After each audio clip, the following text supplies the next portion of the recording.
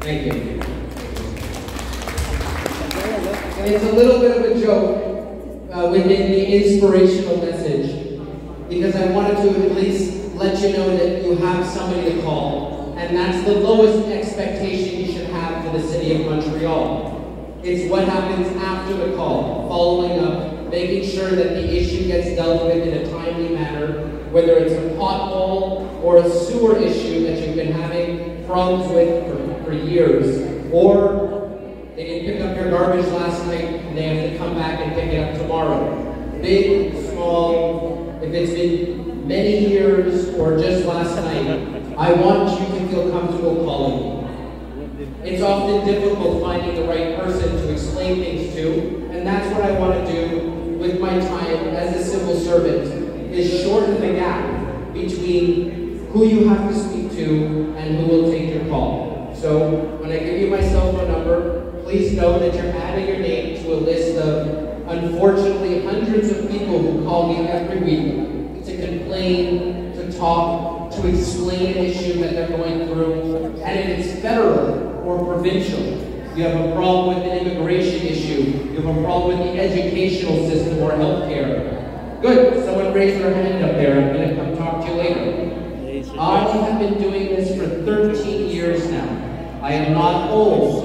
I am boring. I want to help you with your boring political issue, and that is why I come to these events. I take my time to hear out your issue and have someone who can follow up with. I've been doing this now for many years. I had the pleasure of being Anthony Housefather's assistant for 6 years, which now feels like a lifetime ago.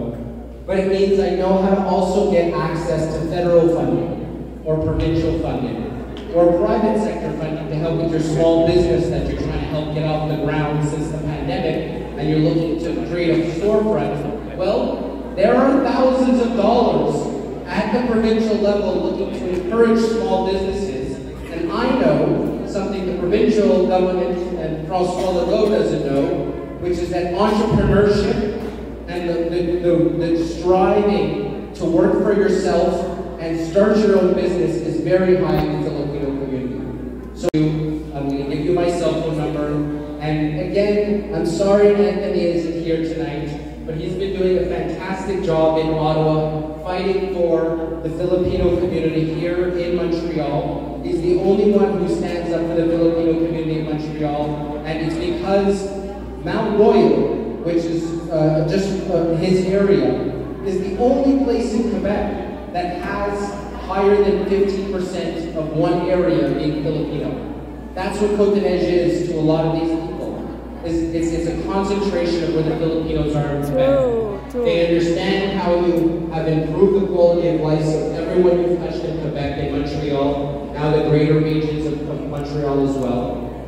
But they don't know how to help you. So go to the people who will hear you out. You can go to Anthony Housefather's office. They answer every email. It's unbelievable. You also have a quality representative, 2 very good representatives for Côte-des-Neiges at the provincial level. You have Elizabeth Brass and Michelle Sitlaki.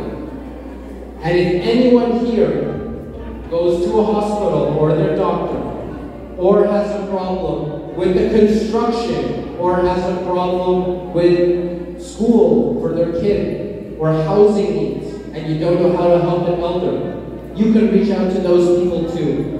And if you get my card, you can email me, and I will make sure they email you back. These are simple steps. These are things you should have an expectation about. So try it out there, and we'll see if we can build on top of it so that you can see intergenerational wealth being developed. And I think that's what the best thing that the UPSQ does, is it creates the ties between old and young. Because the old parts of the Filipino community, those who have been here since the 60s or 70s or 80s, you guys are okay. You have the UPSQ. You have a way of delivering services and connecting yourself. But we need to make sure to build those ties between the younger parts of the Filipino community, those who may not see themselves just as Filipino, but as Canadian Filipino, or Quebecois even. We need to make sure we tighten those ties, and it's with events like these, events in the park in July 16th, is through computer program education that allows you to connect, whether through social media, email, or just knowing who and how you can ask.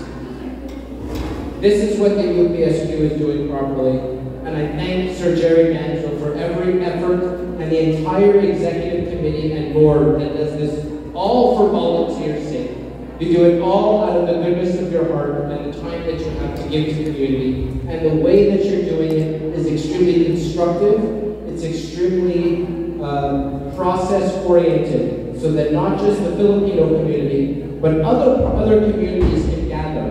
And July 16th, it won't just be the Filipino community seniors there, it'll be other members of other communities who are gathering, learning how they can better serve their health and wellness through a day of fitness. Now, if you have an idea like that, if you have ideas to improve the area of Cotonej and the Filipino community here, let me know. I've been working for 13 years to improve the area. I've been elected for 2.5 years. I serve alongside my colleague. I call her my boss. She's the first Filipina who has ever been elected in Quebec.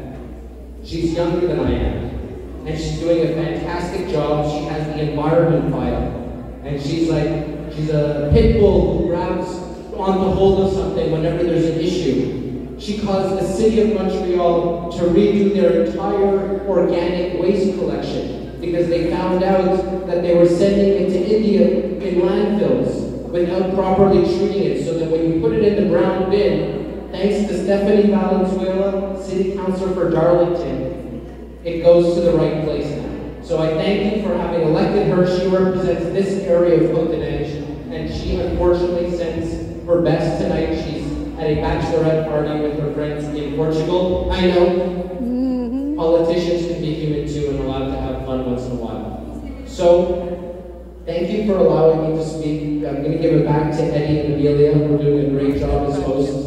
I just want to say, please don't hesitate sharing the issues with your elected officials when it comes to those you have here.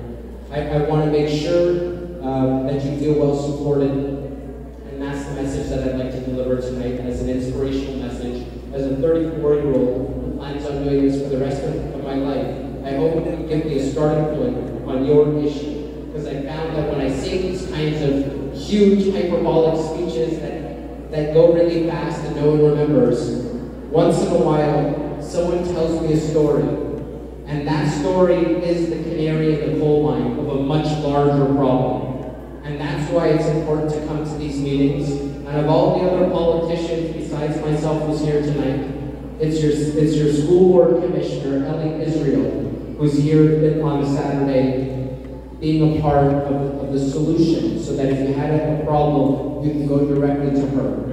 And I commend her and those who spend the time to listen, because since the pandemic, I can tell you, and I promise this is the end of my speech, since the pandemic, the tension in society has become a little hardened. It's a little bit more difficult to go about your business without people having a problem with it. And I would like to tell you the same message that we gave you during the pandemic.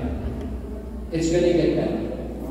We've gone through something traumatic as a society, and we're not really doing anything to mend some of these scars and some of these wounds.